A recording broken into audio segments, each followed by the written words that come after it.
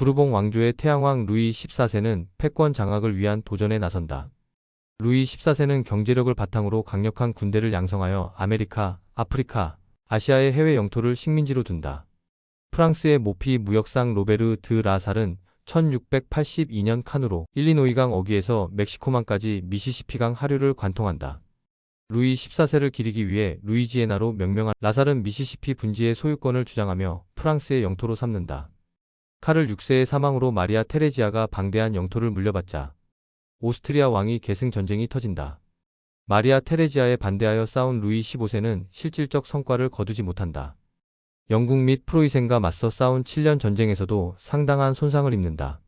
7년 전쟁은 오스트리아 합스부르크가가 프로이센의 프리드리히 2세에게 빼앗긴 슐레지엔 지방을 되찾기 위해 나선 전쟁이다.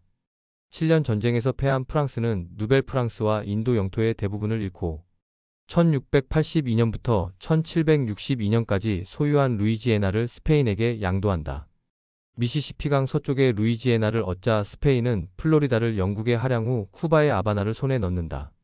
프랑스가 루이지애나를 승전국 영국이 아닌 동맹국 스페인에게 넘긴 이유는 전략적 고려 때문이다.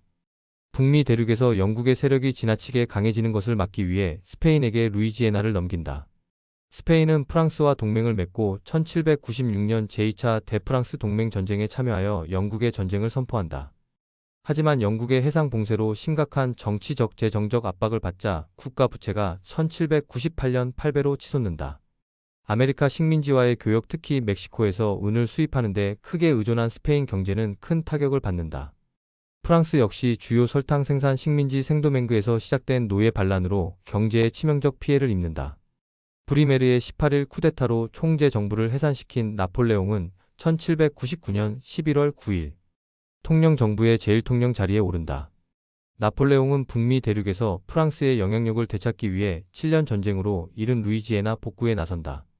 루이지애나를 통해 카리브 식민지를 제어하고 미국을 경제적 파트너로 삼기 위해 1800년 10월 스페인과 제3차 산일 대폰소 조약을 맺는다. 미국 정착민들이 미시시피 분지로 들어오는 것을 막는 데 많은 비용이 들자 스페인은 루이지애나를 프랑스에 반환한다.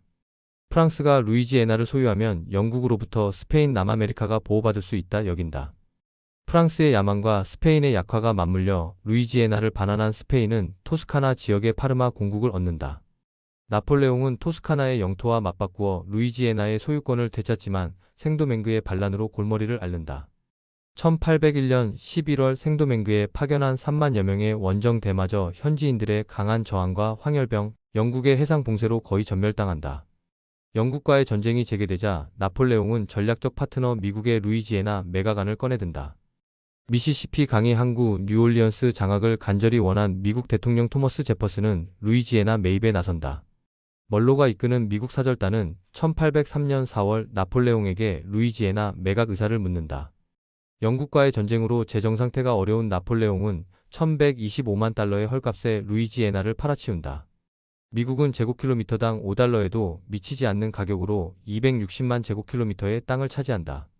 루이지애나 영토의 점유권을 확보한 미국은 영토가 2배로 넓어지며 본격적인 서부 개척 시대에 들어선다.